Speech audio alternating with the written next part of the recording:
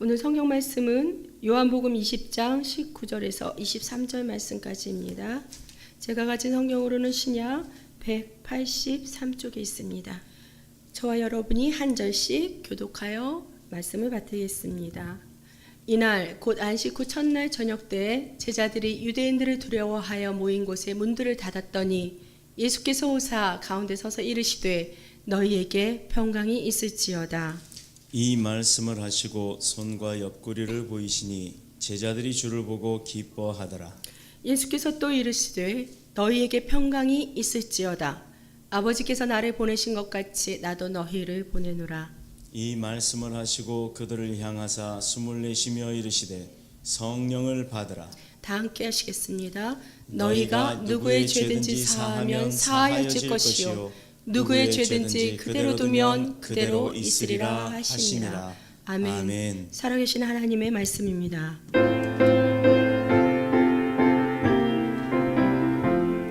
주님 우리의 마음을 여시어 말씀을 깨닫게 하옵소서.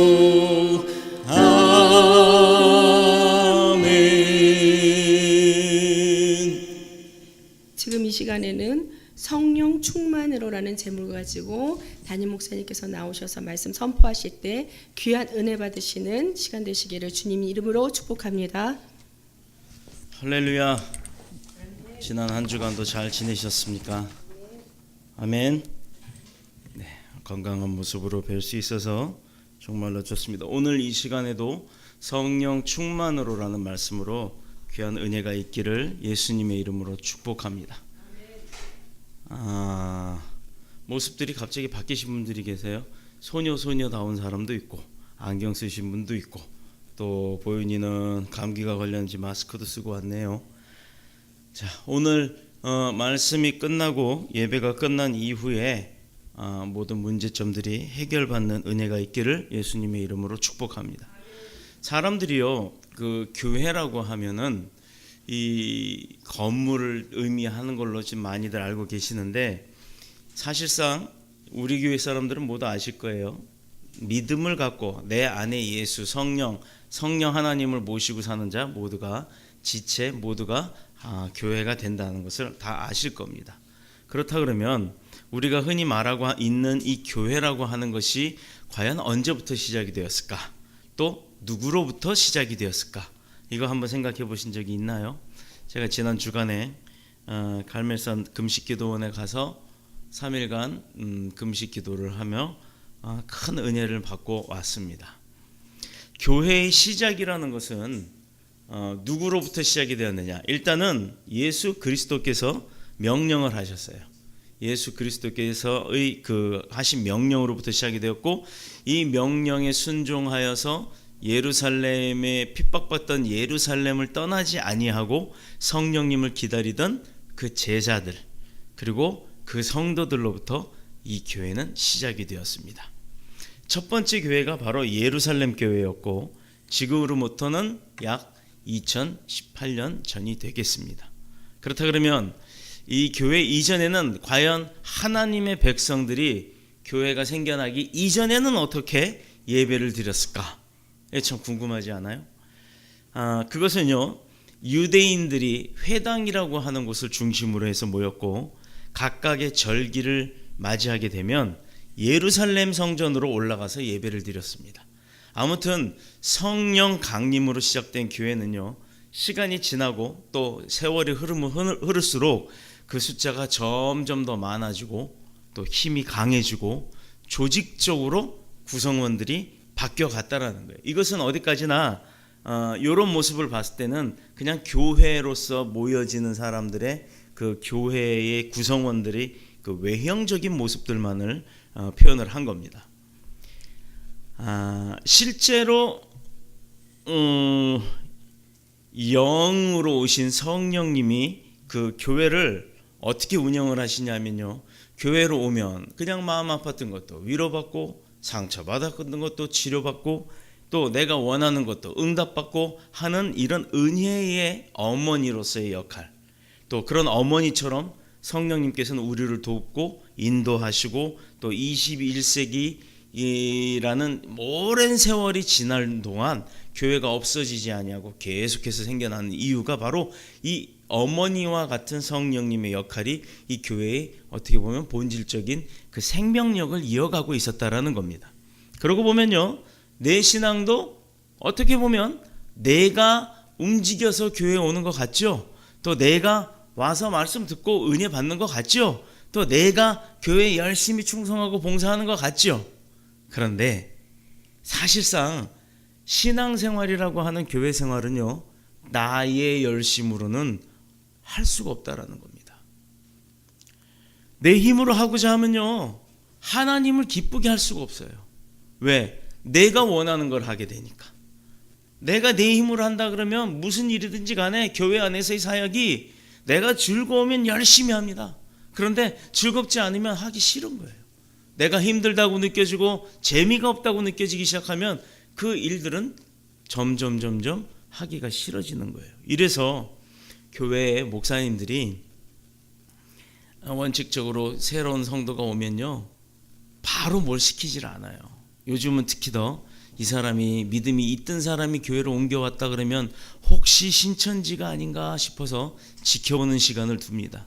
또는 새 신자가 왔다 그러면 그 사람을 믿음으로써 신앙으로서 잘 양육하고 케어하면서 1년 정도의 그 사람의 습성과 삶의 형태를 지켜보기도 해요.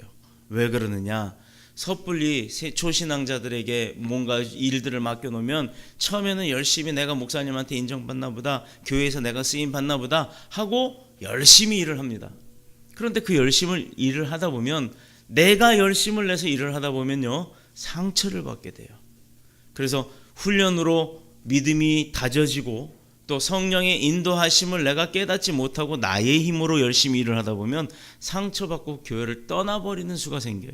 교회를 옮겨서 다른 교회를 가서 또 열심히 생활을 하면 괜찮아요. 그런데 대다수의 사람들이 교회에서 그런 상처를 받고 훈련되기 이전에 상처받은 자들이 하는 소리가 나 다시는 교회 안 나가, 이 소리를 하는 게 안타까운 현실입니다. 왜냐하면 나중에는요, 내가 그렇게 열심을 내서 일을 했음에도 불구하고 하나님과도 관계성을 갖지 못할 때는요, 결국엔 내가 열심히 일했는데 나한테 이럴 수밖에, 이렇게 해? 라고 하는 감정적인 요소가 드러나게 되는 겁니다. 그러므로 오직 우리에게 필요한 것은 나의 힘으로 하는 것이 아닌 성령의 도움으로 이끌림을 받을 수 있는 성령 충만의 삶인 줄로 믿습니다. 왜냐하면요, 성령으로 거듭난 사람만이 하나님을 기쁘게 하실 수가 있는 거예요. 내가 보여지는 모습은 그냥 나의 기쁨인 거예요. 교회 생활을 하는 성도들을 가만히 지켜보면요, 정말 자기의 열심으로 일하는 사람들이 얼마나 많은지 몰라요. 그런데 성령의 붙들림을 받고 성령 충만함으로 교회에 섬기고 또 예배 생활을 하고 믿음 생활을 하는 사람들을 보면요, 어떤 때 어느 곳에 무슨 일이 있든지 간에 그 사람들은 흔들리지 않는다라는 겁니다. 성령 충만으로 성령님의 도우심을 아는 자만이 내가 하는 것이 아니라 성령께서 나를 쓰신다라는 그 감사함이 있기 때문에 하나님의 자녀로서의 능력, 그리고 하는 일들마다 나타나는 권세, 그리고 내가 기도하는 것마다 드러나는 응답, 이런 것들이 있기 때문에 감사함으로 주님 앞에 매달릴 수밖에 없는 거고, 내가 나된 것은 나의 의가 아닌 하나님의 뜻대로 이루어지고 있다는 것을 깨닫게 되는 것이기 때문입니다. 구약의 성도들은요, 하나님의 역사하심을 직접 보면서 그 기적들을 체험한 사람들이에요. 그러니 내가 보고 경험하고 느끼고 만족고 또 내가 원하는 대로 했던 그 모든 일들이 내 눈앞에서 다 이루어졌던 것들을 본 사람들이 구약의 성도들이에요. 그러나 신약 시대부터는 성도들의 삶이 좀 다르죠. 예수 그리스도께서 오시고 난 이후에 즉시 그 앞에서 드러난 일들이 있습니까? 예수님도 기도하셨다는 거예요. 예수님이 죽은 나사로를 무덤에서 일으켜 세워 나사로야 나오너라 라고 할 때도 보면 그 전에 뭐부터 했어요? 하나님 앞에 기도부터 했다는 겁니다. 이 이야기는 하나님의 아들로서 이 땅에 오신 예수님이 권능이 없어서입니까? 능력이 없어서일까요? 아니요. 그렇게 권능과 능력이 다 있다라고 다 사람들이 인정을 했어요. 그러나 예수님조차도 그 권능과 능력은 나의 것이 아닌 하늘 아버지로부터 오는 것이기 때문에 그것을 인정하신 겁니다. 기적과 능력 이전에 제일 먼저 성령께서 내 안에 계심으로 인해 임마누엘의 역사함이 드러나게 되는 거고, 또 그런 드러나는 것들을 체험하게 될 때 내가 믿게 되는 겁니다. 그래서 오늘 본문을 보면요, 부활하신 예수님이 제자들을 찾아와서 제일 먼저 하신 얘기가 뭘까요? 자, 오늘 본문을 다시 한번 봅니다. 요한복음 20장 19절. 이날 곧 안식 후 첫날 저녁 때 제자들이 유대인들을 두려워하여 모인 곳에 문을 닫았어요. 유대인들이 제자들을 잡아 죽이려고 했던 거예요. 예수 그리스도 이제 너네 수괴인 대장이 죽었지, 그러니까 이제 쫄게 있던 너네들도 들키기만 해봐라, 내가 가만두나, 다 잡아 죽여버릴 거야 하고 유대인들이 그랬던 거예요. 그러니 얼마나 두려웠겠습니까? 그래서 그들이 모였던 마가의 다락방에 문을 걸어 잠가버렸어요. 아무도 못 들어오게. 그런데 그때 예수께서 들어오셨습니다. 그리고 첫 마디가 너희에게 평강이 있을지어다. 아멘 하세요. 그렇게 해야 여러분에게도 평강이 있게 됩니다. 여러분, 돈 많고 불안하면 뭔 소용이 있겠어요?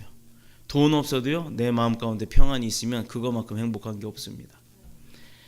왜 예수님이 오셔서 이 아들아 나왔다, 나 다시 부활했다, 내가 너희들한테 말했잖아, 3일 만에 부활해서 다시 올 거라고, 그거 약속 지켰다, 대단하지, 이렇게 해도 될 분이신데 그렇게 안 하고 오신 첫 마디가 너에게 평강이 있을지어다 하고 축복을 비셨어요. 왜 그랬을까요? 왜? 얼마나 예수님이 제자들을 사랑하셨으면 나 왔다, 내가 다시 부활했다라는 걸 자랑하기 이전에 제자들을 먼저 위하셨다라는 겁니다. 예수님은 우리 모든 인생들에게 평화의 주님이시오, 또 평화의 왕이시기 때문에 우리에게 평강을 빌어주신 거예요. 이사야서 11장 1절로 9절까지의 말씀을 살펴보면요, 주님께서 다스리시는 그 나라가 어떤 나라인지를 잘 보여줍니다. 모든 동물, 자연, 그리고 인간, 그리고 조화를 이루어서 평화를 누리는 나라, 그것이 바로 주님이 다스리는 나라예요. 주님이 다스리는 그 나라가 오면은 찬양이 있잖아요. 뭐 사자굴에 뭐 던져줘도, 독사굴에 손을 집어넣어도 아무런 해를 입지 않는다는. 그렇습니다. 평화와 평강이라는 것은요, 결코 사람의 노력으로 되는 게 아니에요. 요즘에 우리나라가 그런 상황이 있죠. 전 세계지 이슈고 전 세계에 관심을 받고 있습니다. 요즘은 개그 프로에서도 그래요. 손잡고 나와서 건너갔다가 건너오는 게, 그게 또 이제 또 유행이 되고 있더라고요. 봅시다. 사람과 사람들 사이에 로비가 어떻게 됐든 뒤에서 뭐 돈을 얼마나 주니 어쩌니 뭐 그건 전 모르겠어요. 난 정치인이 아니니까. 그건 정치 잘하는 분들이 하실 일이고. 그런데 그렇게 이야기 좋게 잘 풀려나가는 것 같음에도 불구하고 갑자기 오늘 아침에, 어제 아침에 들려오는 소식들은 뭐 이 회담들이 깨지니 어쩌니 또 불안해하기 시작합니다. 이게 사람이 하는 거라서 그래요. 사람과 사람 간의 사람의 인연이라고 하는 사람과 사람의 관계성에 있어서 모든 일들이 이루어지는 것은요, 대가가 따르지 않으면 이루어지지 않는다는 거예요. 아무리 좋은 제조나 좋은 환경, 그리고 좋은 아주 수준 높은 교육 환경, 그런 문화, 이런 것들이 그 나라에 다 있다 할지라도 그렇게 사람과 사람의 노력으로는 평화가 이루어질 수가 없어요. 왜? 평화가 이루어진다고 하는 것은 잠시뿐인 것입니다. 언제고 그 관계성이 깨져버리면 전쟁이 일어날 수밖에 없는 겁니다. 오히려 이런 곳에 불행이 더 많고 죄가 더 많고, 또 그렇게 사람들이 모여서 머리 맞대고 회의하고 연구해내는 그런 곳에는 그런 사람들일수록 두려움과 한편으로는 보이지 않는 곳에 걱정, 근심이 더 많다라는 겁니다. 왜 그런 줄 아세요? 왜? 세상의 평화와 달리요, 진짜 평화는요, 사람의 힘으로써 이루어지는 것이 아니기 때문입니다. 평화, 평강, 이것은 오직 그 평화와 평강의 주인, 주님의 나라를 다스릴 수 있는 그분의 능력, 그렇게 갖고 계시는 주님만이 우리에게 선물로 주실 수 있는 것이기 때문입니다. 주님이 주시는 것 아니면요, 평화가 참될 수가 없는 겁니다. 즉 우리가 아무리 노력을 해도요, 그거는 잠깐의 이야기일 뿐이에요. 진정한 평화는 하나님 앞에 매달려서 받게 돼야 되는 건 줄로 믿습니다. 이것은 우리의 바깥에 있는 것이 아니라 내 안에 먼저 있는 것이고 내가 찾아가야 하는 것이고 또 주님으로부터 인해서 위로부터 우리가 받는 것이기 때문이에요. 자, 이 시대는요, 어떻게 보면 고통받는 시대라고 할 수가 있어요. 왜? 세계적으로 경기가 어려우니까 돈 버느라고 걱정이죠. 오늘 내가 일 안 하면 네 거래처 끊어질 텐데, 또 내가 이거 오늘 이만큼 팔지 않으면 얼마만큼의 수익이 없어서 다음 달 뭐 월급 못 주고 뭐 못 내고 뭐 이렇게 하다 보면 남는 것도 없을 것인데 뭐 인건비가 뭐 요새 얼마? 10,000원 시대로 뭐 시급이 올라가는 시대가 되면 요즘은 보세요. 그 뭐라 그러죠? 서울에 올라갔더니 김밥집을 갔는데도 주방에서 밥하는 분만 하나 있고 그 홀에 서빙하는 사람은 아예 없어요. 그리고 주문도 누가 받냐면 이런 화면에 카드 집어넣고 뚝뚝뚝뚝 눌러서 주문을 하더라고요. 하도 의아해서 그 주문하고 자리에 앉으라고 돼 있는데도 가가지고 여기다 이렇게 누르고 이렇게 결제 끝나면은 되는 겁니까? 말씀 안 드려도 됩니까? 했더니 그 주방 아주머니가 네, 그냥 앉아 계시면 돼요라고 하더니 조금 있다가 김밥하고 먹을 거 갖고 오더라고요. 이제는 음식도 기계가 만들어내는 시대가 된다면 사람이 아예 필요 없을 수도 있을 겁니다. 여러분, 내가 알바해야 되고 알바비 10,000원 받는 거 좋죠. 사람을 썼으면 그만큼의 응당한 대가를 줘야 되겠죠. 그런데 응당한 대가를 줄 수 있을 만큼의 값어치를 내고 일을 하십니까? 음식을 사십니까? 또 물건들을 구매하시나요? 구매하는 물건은 싸기를 원하고 먹는 것은 싸게 사서 먹기를 원하면서 줄 거는 받을 건 다 받으려고 하는 그런 마음들이 있다 그러면 파는 사람들이 팔겠어요? 안 팔죠. 결론은 알바생들의 자리가 오히려 없어지는 일들이 지금 드러나고 있잖아요. 다 기계로 대체해버립니다. 요즘 편의점만 가도요, 사람이 없어요. 난 사람이 없어서 한참 기다렸어요. 그랬더니 나중에 봤더니 말소리가 나오더라고요. 그 전산 자동으로 결제하니까 그냥 내가 물건 들고 있는 거 갖다 대기만 하면 된대요. 저처럼 저도 나이가 많은 건 아닙니다만 저도 기계를 잘 다룬다고 생각했는데 우리 문건사님 같은 분이 편의점 가면요, 아무것도 못하는 세상이 돼버리게 생겼어요. 그때 가서는 알바생이 생기겠죠. 그런 분들을 위해서 대리로 그 일들을 진행해 줄 알바생들이 혹시 생겨날지 모르겠습니다. 기계 만능이 되어가는 이 시대에 사람이 편하려고 한 것이 아니라 오히려 사람이 기계에 밀리기 시작하는 시대가 되어가고 있다는 겁니다. 그렇다면 안 불안하겠어요? 내가 언제 직장에서 잘릴지, 내가 언제 직장이 없어질지, 다음날 출근했더니 내 책상에 나 대신에 컴퓨터 한 대가 떡하니 앉아있다고 생각해 보세요. 요즘은 컴퓨터도 많이 발달해서 말로 다 되더라고요. TV에다 대고 리모컨에다 대고 야 무슨 뉴스 프로그램 좀 찾아줘 했더니 지가 알아서 TV 화면을 딱 돌려줘요. 편리한 것 같죠. 그만큼 사람이 자기의 기능을 잃어버리는 겁니다. 세계적으로 경기가 어렵다고 그러면서 점점 사람들은 그런 기계 문명화가 되다 보니까 마음적으로는 강팍해지기 시작했다 이 말이에요. 여유가 없어요. 우리 예수님이 주시는 그런 평안을 사람이 오히려 거부했기 때문입니다. 얼마나 많은 사고와 재난, 무서운 질병이 세상 가운데 가득 차 있냐. 병을 고쳐요. 생겨나던 병은 또 새로운 병이 생깁니다. 그런데 그 병을 고칠 수 있는 의학 기술이 발전되고 나면 또 못 고치는 병들이 생겨요. 왜? 자꾸 사람들이 만들어낸 그런 버리는 것들, 쓸데없는 것들로 인해서 변화되는 변종 바이러스들이 생겨나는 거 아닙니까? 과학이 발달하고 환경이 좋아지고 지식 문명 최첨단을 가는 시대임에도 불구하고 사람들이 기뻐하지 않고 사람들이 불안해한다는 거예요.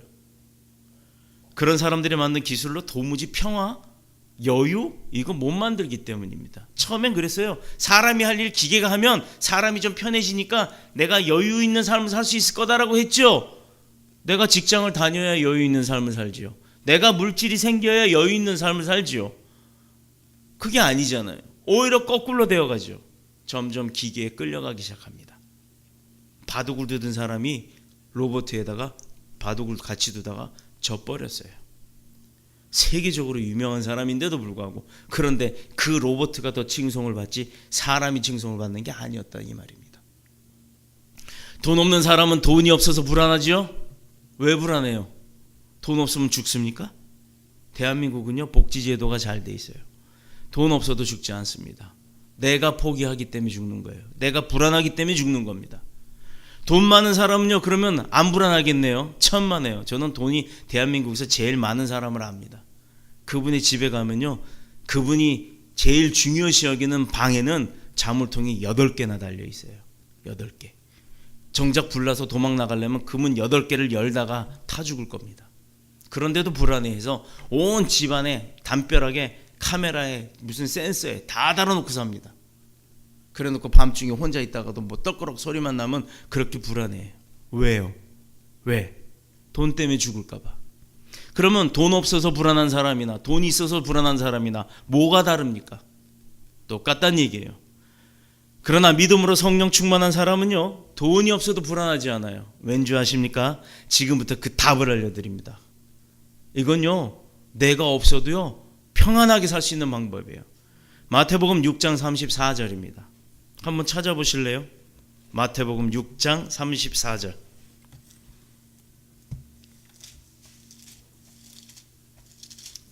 신약성경 6쪽입니다. 8쪽입니다. 그러므로 내일 일을 위하여 염려하지 말라. 내일 일은 내일이 염려할 것이요 한날의 괴로움은 그날로 족하니라. 내일 벌어질 일을 미리 걱정하지 말래요. 내일 안 벌어질 수도 있으니까. 하나님이 그렇게 안 되게 할 수도 있다는 얘기예요. 그런데 오늘 일도 걱정하는 것으로도 충분한데 내일 있지도 않은 일 갖다가 미리 걱정하지 말라, 이 말입니다. 이렇게 말씀하시는 것은 뭐냐면요, 우리들을 사랑하심으로 인해 우리가 근심하는 것을 원치 않으신다는 거예요. 그렇다면 근심하는 걸 원치 않는다는 얘기는 곧 우리가 근심하는 게 싫으니까 하나님께서 그거 해결해 주신다, 안 해주신다? 해결해 주시겠다는 간접적인 약속인 겁니다. 또 마가복음 11장 24절을요 제가 읽겠습니다. 내가 너희에게 말하노니 무엇이든지 기도하고 구하는 것은 이미 받은 줄로 믿고 구하라 했습니다. 그리하면 너희에게 그대로 되리라. 자, 하나님 말이, 하나님께서 하신 말씀이 거짓말이 있었나요? 하나님께서 하신 말씀이 안 지켜진 게 있었나요? 이렇게 정확하게 얘기하셨어요. 뭐라고요? 하나님께서 우리에게 말씀하신대요. 너희가 무엇이든지 기도하면서 구하는 것 이미 받은 줄로 알고, 13억 받은 줄로 알고 구하라는 얘기예요. 그러면 너희에게 그대로 되게 하시겠다 약속하셨습니다. 허무맹랑한 것 같죠? 13억? 제 통장에요 48만 원이 다예요. 그런 사람이 13억? 물론 제 통장 아니죠. 우리 교회 통장 재정 얼마예요? 지금 100만 원 안 되죠? 그런데도 13억을 구하고 있습니다. 여러분들 보고 13억 내라고 하는 얘기인가요? 아니잖아요. 하나님이 주실 줄로 믿고 구합니다. 그런데 이미 받은 줄로 믿고 구하는 거예요. 그러면 이 건물이 누구 건물이 되는 거예요? 제 건물입니까? 하나님의 건물이 되는 겁니다. 이렇게 말씀으로 우리에게 약속하신 분이 하나님이세요. 이 믿음이 있어야 된다는 거예요. 그러니까 기도해야죠. 그러니 새벽에 나오셔서 기도하고, 금요예배 나오셔서 기도하고, 기도하는 방법들이 모르니까 수요예배 나와서 배우는 거예요. 그렇게 나오셔서 모든 기도의 제목들이 응답되어져서 문제 해결을 받으시기를 축복합니다. 기도하지 않고 하나님 앞에 구하지 않고 내 힘으로 해결하려고 하니까 그렇게 힘들고 불안한 거예요. 자꾸 내 마음에 불안이 오고 근심이 생기고요. 우리 집에 쌀 떨어져서 라면 하나 먹은 적도 있습니다. 그런데도 일본 선교 갈 거 다 갔고요. 학원 세울 거 다 세웠고요. 누가요? 우리가 했나요? 아닙니다. 하나님이 하신 겁니다. 이 교회 이 자리 예배할 곳이 없어서 우리가 철야 예배 한번 드렸다가 건물주 눈치 보여서 학원에서 얼마나 울면서 기도했습니까? 왜냐면요, 학원에서 의자 끄는 소리도요 밤에는 건물이 울려서 위로 다 올라간대요. 그러니 거기서 통성으로 기도를 할 수 있겠어요? 어떻게 할 수 있겠어요? 아무것도 못합니다. 하나님, 우리 기도하는 게 눈치 보입니다. 기도할 곳 주세요 했더니 이곳에서 해라. 이곳에서 기도하면서 우리 예배 쳐서 주세요 했더니 이곳에 세워라. 이곳에 세우려고 했더니 돈 없어요 했더니 돈 다 주셨잖아요. 보세요. 여러분이 하신 게 아니라 하나님이 하신 겁니다. 그러니 교회 주인이 누굽니까? 저나 만든 사람은 저일 뿐이에요. 저는 도구가 됐을 뿐입니다. 그러니 하나님이 하시는 일은 약속대로 다 이루시고 명령대로 다 하시는 분이신데 왜 그분한테 구하지 않냐 이 말입니까? 구하면 주신다고 하시잖아요. 평안의 주인인 하나님을 떠나서 내가 내 마음대로 내 생각대로 내가 기준을 세우고 요만큼 기도하면 됐겠지, 요만큼 기도했는데 왜 응답이 없어, 에이 이건 아닌가 보다 라고 하는 나의 기준을 세워서 살아가다 보니까, 나의 기준을 세워서 믿음 생활을 하니까, 나의 기준을 세워서 기도를 하니까 응답이 없고 실망이 오는 겁니다. 우리는 어느 때를 기다려요? 우리가 정한 그때 크로노스가 아닌 하나님의 때를 기다리는 거 아닙니까? 그런데 여러분, 우리 가운데 어떻게 해요? 하나님이 주시는 평안이 내가 만들고 싶어 생기는 것이 아니라 내가 기도하고 구했을 때 하나님이 주시는 평안이 나한테 왔을 때 그게 참된 평안이라고 얘기를 했지 않습니까? 평안이 내게 머물지 못하고 떠나는 이유가 바로 내 중심적 사고방식을 갖고 생활하기 때문이에요. 이 직장도 마음에 안 들어, 사장이 마음에 안 들어, 처음엔 들어와서 합니다. 면접 볼 때 최선을 다해서 뭐 제 있는 힘껏 능력껏 다 열심히 일하겠습니다 라고 일을 합니다. 하다 보면 이제 처음에는 사람들도 익혀야 되지, 일도 익숙치가 않지 하니까 열심히들 하요. 그런데 시간이 가면 갈수록 자꾸 바뀌어져 가요. 요령이 생깁니다. 그러다 보니까 점점 편할 걸 궁리하기 시작하고 눈치 보기 시작하고 이러다가요, 뭔가 조금 하면 또 사람 관계에 있어서 트러블이 생기면 에이 여기 나하고 안 맞아, 그만둬 버리는 게 이직을 하는 이유인 겁니다. 성경을 보니까요, 하나님이 만드신 에덴 동산이 처음에는 평화와 또 평안으로 충만했는데 어느 날 사탄이 그 가운데 들어와서 유혹을 합니다. 죄로 말미암아 사람이 하나님을 떠남으로 인해서 모든 게 깨어지기 시작했어요. 에덴 동산에서 아담 하와 하나님의 은혜와 축복 가운데 얼마나 이쁨을 받고 살았어요. 그런데도 불구하고 하나님께 불순종했습니다. 거짓말하고 핑계대고 자기 잘못을 하나님과 다른 사람의 탓으로 돌려버린 거예요. 이것만 봐도 우리의 환경과 조건이 얼마나 그 사람을 만드는 것이 아닌 걸로, 사람을 끌어내리는 걸로, 우리가 성공하지 못하게 하는 걸로, 이것만 봐도 알잖아요. 이게 누가 하는 짓이라고요? 사탄이 하는 짓입니다. 지금까지 내가 해온 일이 잘 안 돼요? 왜 나는 인생이 이렇지? 왜 나만 이렇지? 아마 여러분 저의 인생이라고 하는 제 이야기를 들어보시면 아마 소설이나 영화에도 베스트셀러가 될 겁니다. 사람만 안 죽여보고 할 거 다 해봤어요. 고생이란 고생은 제 나름대로는 다 해봤습니다. 죽기까지도 몇 번을 죽을 고비를 넘기기도 했습니다. 그런데도요, 불평? 한때는 저도 내 인생은 왜 이렇지? 우리 엄마 아빠 나 이렇게 살게 할 것 같았으면 날 왜 낳지까지라고 생각했던 사람 중에 하나가 저입니다. 그런데 지금은 어떻습니까? 아니요. 얼마나 그 이야기들, 그 생각들을 했던 것을 후회하고 회개했는지 모릅니다. 지금까지 내가 해온 일이 안 된다고 불평하지 마십시오. 이제부터 잘 되시기를 원합니까? 그렇다면 축복받는, 평안받는, 또 성령 충만한 삶을 사시기를 예수님의 이름으로 축복합니다. 많은 사람들이 경험하는 일이지만요, 예수님을 잘 믿으려고 하면 할수록 더 많은 시련이 옵니다. 더 어려운 일을 만납니다. 그러니까 내가 굳이 어려워질 텐데 뭐 할라 예수 믿어? 안 믿고 말지? 내가 뭐 할라 교회가 안 다니고 말지? 이건요, 누구나 할 수 있는 생각이에요. 이건 누구나가 할 수 있는 생각입니다.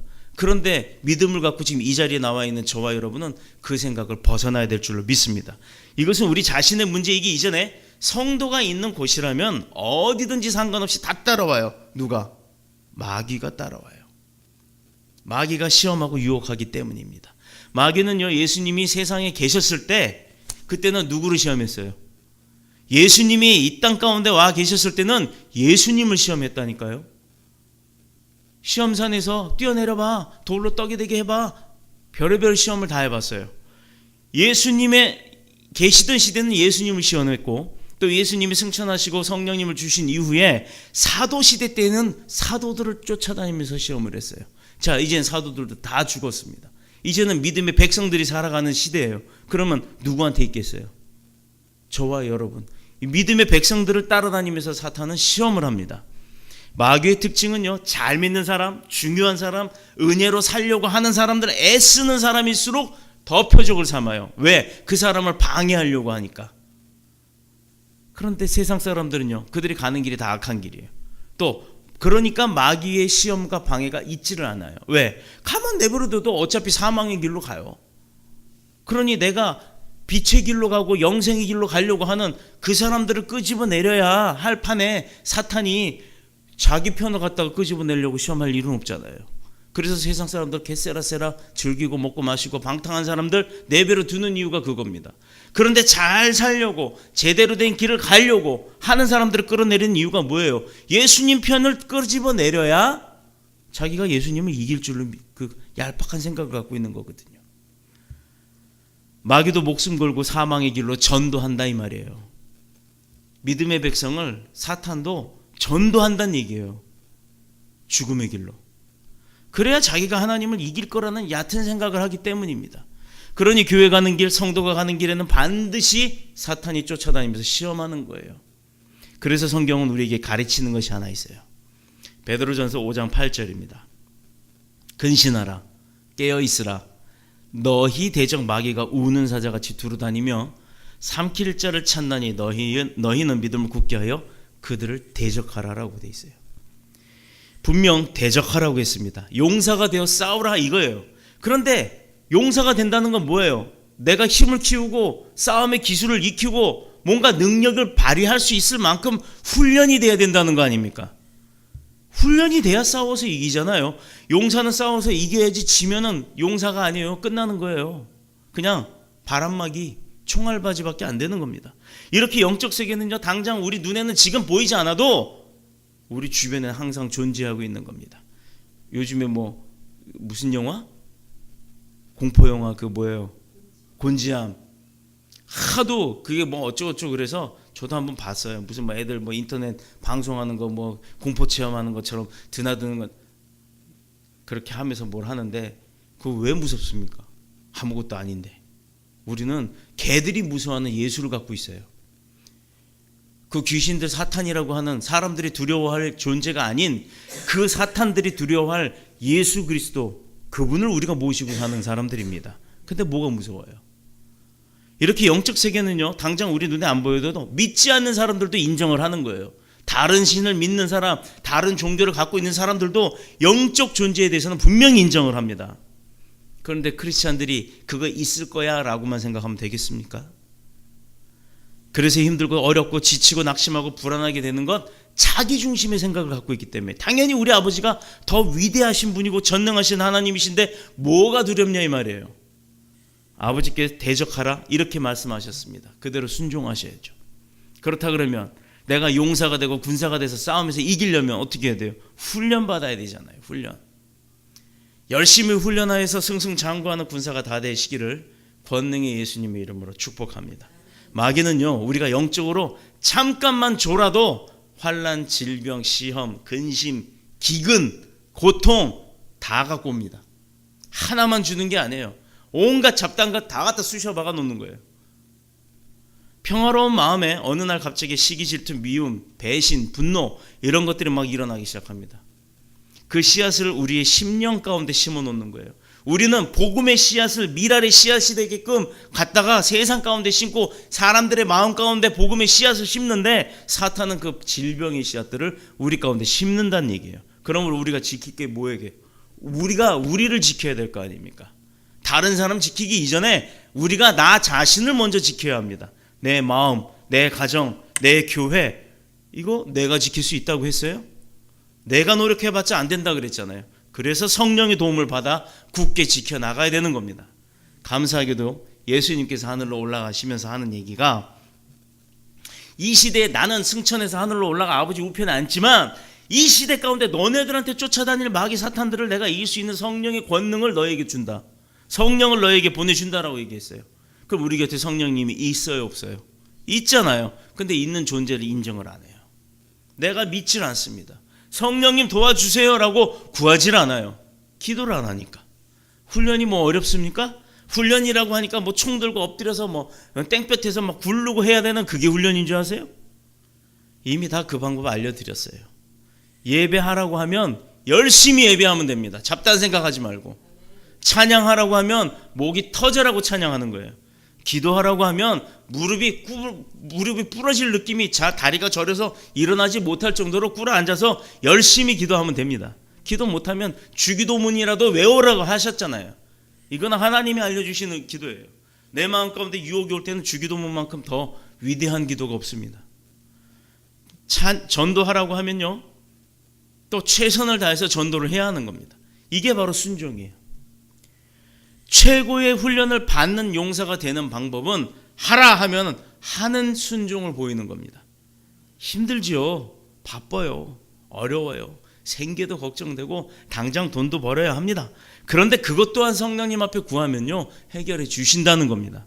예배하고 찬양하고 기도하고 전도할 수 있도록 도와주세요 하고 성령님 앞에 구해보세요.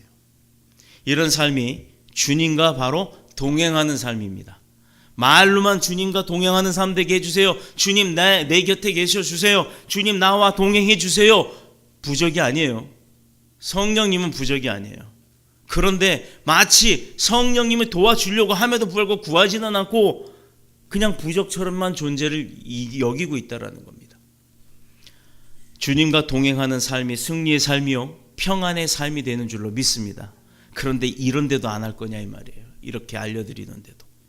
그 성령을 통해 능력 있는 믿음의 삶을 사시기를 축복합니다. 자, 우리는 다 구원 받았죠. 저와 여러분 다 구원 받았죠. 그런데 죄 안 짓고 삽니까? 내가 구원 받았어요. 성령님 내 안에 모시고 살아요. 나 믿음으로 살아요. 신앙 좋아요. 교회 섬김 잘해요. 지각도 안 해요. 졸지도 않아요. 말씀 들어도 그 다음 주 돼도 그 말씀이 내 머릿속에 가슴속에 다 남아 있어요 라고 하는 사람도 죄 안 짓냐고요. 당연히 죄 안 짓는다고 말할 수 있는 사람 없어요. 그래서 우리는 자주 회개를 하는 겁니다. 매번 회개를 하는 겁니다. 우리 스스로가 주님 앞에 심판대에 서서 주님으로부터 심판받기 이전에 내가 나를 심판하는 거예요. 뭘로? 또 내 기준으로. 그러면요, 요만큼 했으면 됐지. 다음번에 어차피 요거 한번 죄 더 짓고 다음번에 회개하면 되니까 또 그냥 요거 내가 놀러 가는 거 좋으니까 놀러 가고 다음번에 가서 회개하지 뭐. 이건 내 기준입니다. 말씀을 기준으로 살면, 특히 잠언서를 기준으로 살면 내가 하나님 앞에 죄 안 지려고 노력을 무던히도 할 수 있는 거예요. 중요한 사실 한 가지는 우리 하나님은 옛날이나 지금이나 사람이 심판받아 멸망하는 것을 원치 않으신다는 거예요. 그래서 멸망받지 않게 하시려고 하는 겁니다. 그래서 우리에게 성령을 보내시고 그 성령께서 잘 믿는 사람들을 주님이 원하시는, 기뻐하시는, 주님으로부터 인정받을 수 있는 그 좁은 길로 인도해 주는 거예요. 자주 마음을 감동시켜 주심으로 인해 내 가슴 가운데, 내 인생 가운데 새 권능의 힘을 주시는 줄로 믿습니다. 왜 모든 일의 목적이 왜 그러느냐 하면 우리를 멸망시키지 않고 구원의 길로 하나님의 자녀로 축복의 사람으로 만들기 위함인 줄로 믿습니다. 아멘. 아멘 하신 분한테 그대로 이루어져요. 그래서 하나님은요, 우리가 영원한 죄인이 되는 것을 어떻게 보면 방지하기 위해서 주님을 이 땅에 보내신 겁니다. 왜 우리가 교회 나와요? 제가 그거 하나 여쭤볼게요. 교회 왜 나오세요? 이거 원래 설교하기서는 질문하지 말래요. 질문하면 졸든 사람도 번쩍 일어난다. 나 걸릴까 봐. 제가 그러면 대답 아무도 안 하시면 이렇게 세워서 여쭤볼 거예요. 왜 교회 나오세요? 응?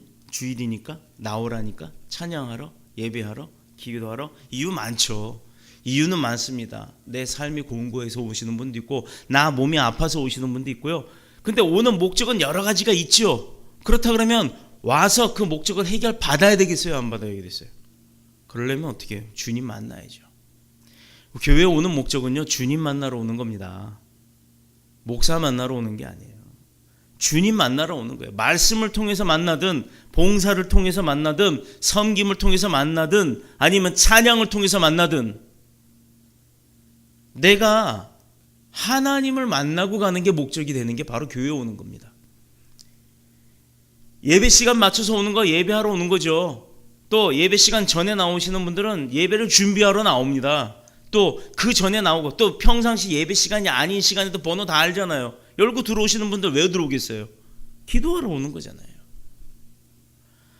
우리는 그래서 우리를 망하게 하는 마귀와 싸워서 이기도록 하기 위해 교회에 나오는 겁니다. 하나님의 능력, 성령님의 도우심을 받기 위해서. 그래서 성실히 훈련받기 위해서 나오는 거예요. 모두 다 열심히 최선을 다해서 훈련받고 또 그렇게 성실히 훈련받아서 주님으로부터 인정받는 축복의 제자들이 되시기를 예수님의 이름으로 축복합니다. 이것은요, 혼자서 이길 수가 없어요. 혼자서는 이 싸움 자체에 임할 수가 없습니다. 군대 마귀가 덤비려고 하는데 거기 혼자 딱 다윗과 골리앗처럼 그런 믿음으로 서서 덤벼봐 하면 이길 수 있을까요? 천만에요. 이기기 어렵습니다. 그러니 혼자 힘보다 여럿이 함께하는 게 좋습니다. 너희가 두셋이 모여 내 이름으로 기도하는 곳에 내가 너희와 함께하겠다 하셨습니다. 성경을 읽어보면 제일 어려운 게 뭐냐면 자기 스스로 자기 죄를 인정하고 그 죄를 입술로 고백하면서 회개하는 거예요. 얼마나 힘들어요 그게. 화투하고 노름하는 사람들 이야기를 한번 할게요. 요거하고 마치겠습니다. 재밌을 거예요. 화투 다 아시죠? 화투 모르는 분은 없을 겁니다. 고수도 다 아실 겁니다. 저희 어머니가 좋아했던 민화투? 미나토? 뭐 하여튼 그런 게 있어요. 나 뭐 어떻게 하는지 몰라요. 근데 화투하고 노름하는 사람이 화투를 하든가 노름을 하던 사람이 중간에 그만두는 거 봤어요? 뭐 여기서 다 화투나 노름 안 하시니까 모르실 수 있는데 이 사람들은요 완전히 자기 미천이 거덜나거나 망할 때까지 합니다. 안 그러면 와이프한테 쫓아가가지고 와이프를 맡기고서라도 그 화투나 노름을 해요. 왜 그러냐? 사탄의 영이요 그들에게 재미라는 거, 스릴이라고 하는 거, 그것을 맛보게 해놓고는 그 사람들이 영을 그렇게 지배하기 때문입니다. 바람난 사람은요, 바람난 사람도 마찬가지예요. 집안이 망하고 부끄럼 당하고 결국은 그 사람이 바람나서 교도소에 끌려가야 끝이 나요. 마약하는 사람은 어떻습니까? 그 사람도 교도소 잡혀가야 끝이 나요. 그런데 교도소에서 나오면 또 마약한다는 게 문제예요. 사기꾼도요 끝까지 가는 거예요. 도중에 뉘치는 법이 없어요. 사기치다가 돈을 뺏어갖고 사기쳐갖고 도망가려다가 아유 미안해요. 내가 형편이 너무 어려운 사람한테 사기를 쳤네요. 나 사기꾼 맞습니다. 죄송합니다. 다시는 안 그럴게요. 이렇게 회개하는 사람 봤어요? 없어요. 한번 죄에 빠지면요 빠져나오기가 힘들다는 얘기입니다. 그런데 그 죄에 빠지는 게 왜 빠지느냐? 유혹이라고 하는 그 결과에 달콤함이 있기 때문이에요. 재미가 있기 때문입니다. 집에서 키우는 강아지 순종이 이야기를 하나 더 할게요. 다 아실 거예요. 우리 강아지 순종이가 있는데 이 녀석이 제가 식탁에 앉아서 뭘 먹으려고 하면 꼭 식탁 밑으로 앉아 있어요. 배를 쫙 깔고 누워 있어요. 그러다 뭔가 떨어지는 소리가 났다 싶으면 언제 그랬냐는 듯이 벌떡 일어나서 쩝쩝거리고 먹습니다. 뭔가 떨어지는 부스러기가 있으면 먹으려고 글로 오는 거예요. 우리가 그냥 거기 앉아서 커피를 마시던 이야기를 해도 밑으로 와요. 그리고 아무것도 안 떨어지면 혼자 낑낑대고 무릎을 발로 막 긁습니다. 그래서 안아보면 지가 위를 훑어요. 스캔을 해. 식탁 위를 쫙 보고 먹을 게 없으면 뭐야 근데 여기 왜 앉아있어 이런 표정으로 쳐다봐요. 근데요 얘가 왜 그랬냐면 언젠가 우리가 거기서 과일을 먹다가 그전에는 댐비지도 않았어요. 과일을 먹다 하나 딱 떨어뜨렸는데 나중에 다 먹고 나서 버릴 생각으로 내버려 뒀더만 은드팀인가 와서 그 과일 맛을 본 거예요. 사료만 먹던 녀석이 과일 맛을 보니까 그때부터 여기서 뭐 맛있는 거 먹는구나. 이제 사람들이 거기가 앉으면 지가 당연히 거기 와 달려붙는 거예요. 떨어질 거 있을까 싶어서. 안 떨어지면 서운해하고. 그때부터 우리가 식탁에 앉으면 당연하다는 듯이 식탁으로 달려옵니다. 죄도요 이렇게 맛본 놈만 아는 거예요. 죄도 모르는 게 좋아요. 굳이 그거 경험할 필요 없습니다. 그래서 우리가 유혹당하지 않기 위해서 예수 그리스도의 십자가 복음을 붙들고 가는 거예요. 성령님의 도우심이 그래서 필요한 겁니다. 우리가 예수 믿으면서 그럭저럭 살아가는 거? 이건 결코 안 될 소리입니다. 적어도 예수 믿는 사람들에게는요 성령 충만의 능력이 나타나야 될 줄로 믿습니다. 성령 충만의 역사가 세상 사람들 보는 가운데 드러나야 된다는 거예요. 저 사람이 예수 믿는 사람 맞아? 이거 소용없는 거예요. 혹시나 했더니 역시나 저 사람이 예수 믿는 사람이 맞구나. 하나님 앞에서 우리가 떳떳할 수 있을 수는 없겠죠. 그러나 세상 사람들 앞에서는 떳떳해야 될 줄로 믿습니다. 이런 성령 충만이 어디서 오냐? 하나님으로부터 오는 겁니다. 내가 만드는 게 아니라는 거예요.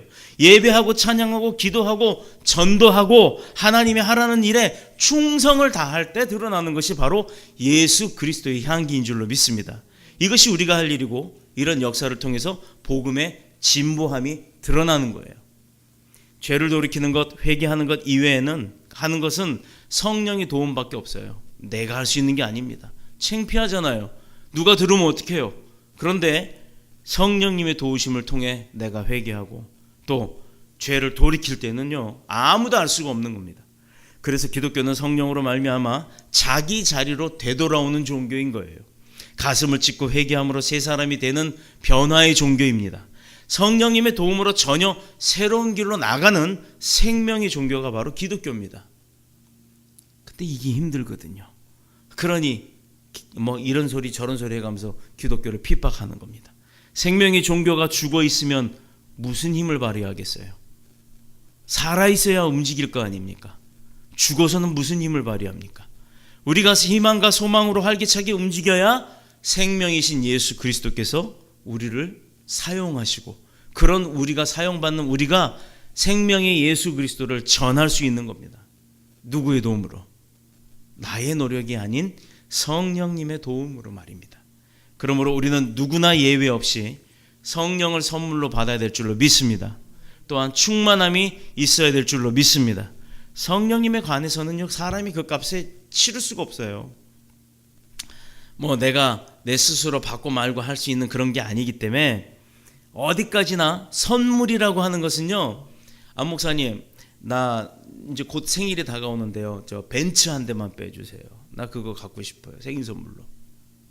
이건 허무맹랑한 소리예요. 우리 집 전 재산이 차 한 대 살 돈이 안 되는데 몇억 원짜리 차를 사달라고 하면 되겠습니까? 예를 들어 가람이가 저한테 얘기를 합니다.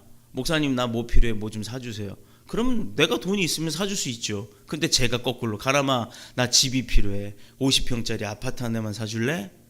가람이가 어떻게 사주겠어요? 선물 받는 사람이 선물을 줄 사람한테 요구를 한다? 이거 좀 뭔가 이상하지 않습니까? 마찬가지입니다. 어디까지나 성령 충만의 선물은 우리가 받고자 해서 받는 게 아니라는 얘기예요. 내가 아버지한테 성령 충만 주세요라고 해서 주시는 게 아니라는 얘기입니다.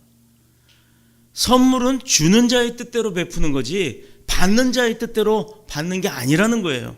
마귀는 지금도 교회 바깥에 우리가 이 문을 열고 다음 문을 열고 계단을 올라가서 유리문 바깥으로 나가면 바로 덤벼요. 세상에 평안이 있고 평화가 있다고, 세상 가운데 있다고, 거기에 플러스 알파 즐거움과 쾌락이 있다고 유혹을 합니다. 그러나 참된 평화와 평안은 주님 성전 안에 있고 성령님 임재하시는 내 안에, 여러분 안에 있는 줄로 믿습니다. 주위 사람들이 힘들어하면요, 보고만 있지 마세요. 같이 혀 쯧쯧쯧 차고 아이고 어쩌면 좋으냐 이러지 마세요. 데려오세요.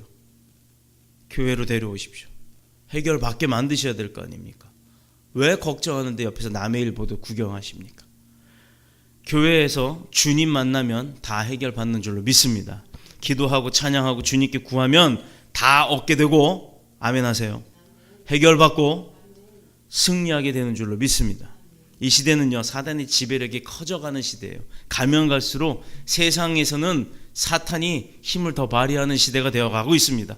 문화와 제도 자체가 그렇게 바뀌어가고 있어요. 퀴어 축제니 뭐니 동성애니 뭐니 이걸 합법화한다고 그러고 그걸 차별금지하지 말라고, 차별금지법을 만들어서 차별하지 말라고. 그런데 하나님의 뜻은 그게 아니거든요. 이때 우리가 사는 길은 성령으로 충만하여서 영적 전쟁에서 우리가 승리해야 될 줄로 믿습니다. 사도행전 2장 17절에 하나님이 말씀하시기를 말세에 내가 내 영을 모든 육체에 부어주리. 너희 자녀들은 예언할 것이요 너희의 젊은이들이 환상을 보고 너희의 늙은이들은 꿈을 꾸리라. 이게 무슨 찬양이에요? 마지막 날이라고 하는 찬양의 가사죠. 원래는 이 말씀입니다. 18절에 그때 내가 내 영을 남종과 여종들에게 부어주리니 그들이 예언할 것이요 라고 하셨고, 20절에 주의 크고 영화로운 날이 이르기 전에 해가 변하여 어두워지고, 해가 져서 어두워지는 게 아니에요. 해가 변하여 어두워진다는 얘기입니다. 달이 변하여 피가 되리라. 이게 심판의 날이에요. 그러므로 우리가 이 무서운 영적 전쟁에서 승리하려면요, 주의 이름으로 모이기에 힘써야 될 줄로 믿습니다. 교회가 모이라고 강요하기 전에 여러분 스스로 모여야 이게 진짜 믿음이에요. 교회에서 나와라 해서 나오는 게 아니라 스스로 나와야 진짜 믿음입니다. 이렇게 함께 모여서 뜨거운 기도와 말씀으로 제일 먼저 회개하고 제일 먼저 성령 충만받아 모든 문제가 구하는 대로 다 이루어지도록 하나님의 축복이 임하시기를 예수님의 이름으로 축복합니다. 축원합니다. 기도하겠습니다. 주의 집에 영광이 가득해